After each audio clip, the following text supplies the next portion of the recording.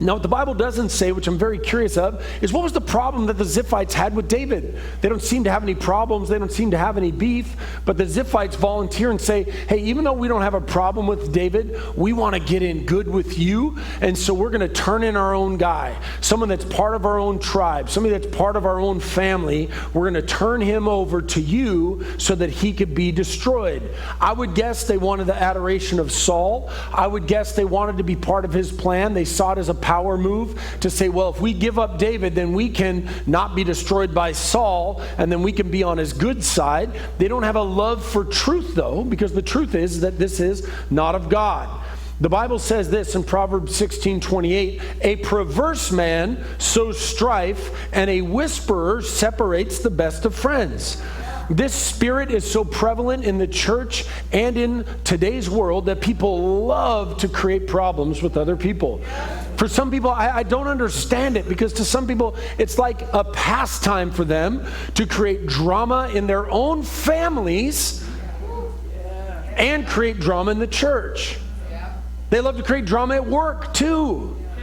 Like if you're in any sort of work environment, there are people that just love to create problems. I don't get it. Here's the second part of a Ziphite heart, is that a Ziphite is selfish at the expense of others. And this is the key component of a Ziphite heart, is selfishness. It turns on others for their own benefit. So they arose and went to Ziph before Saul. They don't care who's hurt. Why? Because they're self-serving. David is their own tribe, but they feel they have much to gain from turning on their own. Ninth commandment, Exodus 20:16, you shall not bear false witness against your neighbor. The true heart of a Ziphite is that they do not really care about God or his plans, because they care about themselves. You can't simultaneously, excuse me, you can't simultaneously care about God and your own plans at the same time. Those two things are mutually exclusive. You either care about God's plans or you care about your own plans. So they don't care about God's plans. They weren't of Yahweh. They're going to turn on David. But what had David done? David was seeking after God. David was honoring God. David never turned on Saul because he wanted to honor God. But these guys don't even see that. And they say, even though you're being an honorable man, David, we're going to turn you over to the dishonorable. What does it mean to you? Do you have a heart of a Ziphite? Do you sow discord and betray your own tribe?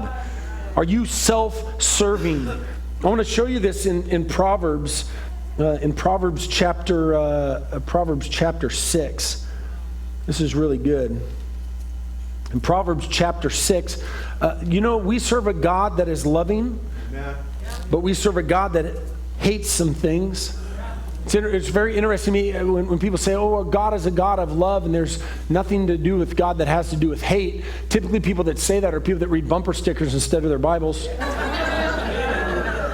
Sometimes people say, man, why do you talk about this kind of stuff in church? Because we're a growing church that constantly is getting new people. And people come in with these false ideas that they learn from television instead of what they learn from the Bible. There's not just one thing that God hates. This part actually talks about 6 things that God hates. Verse 16, these 6 things the Lord hates, yes, 7, are an abomination to him.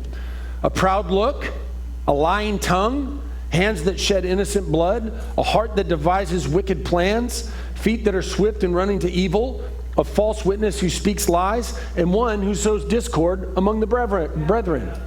God hates those things. He doesn't look down on those and like, I love that. It's so great. No, there's actually things that God hates. There's things that God doesn't agree with, that he detests, that are an abomination to him. Now, the Ziphites are pretty close to being 7 for 7 on this thing. I don't know what they were looking like, but they're having lying tongues.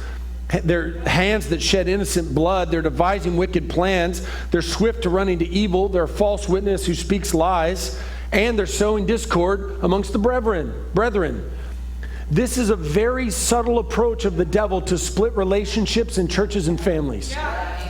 If you look at the problems within your family unit, either your small family unit, your extended family unit, usually the seeds of discord and strife were sown somewhere in there.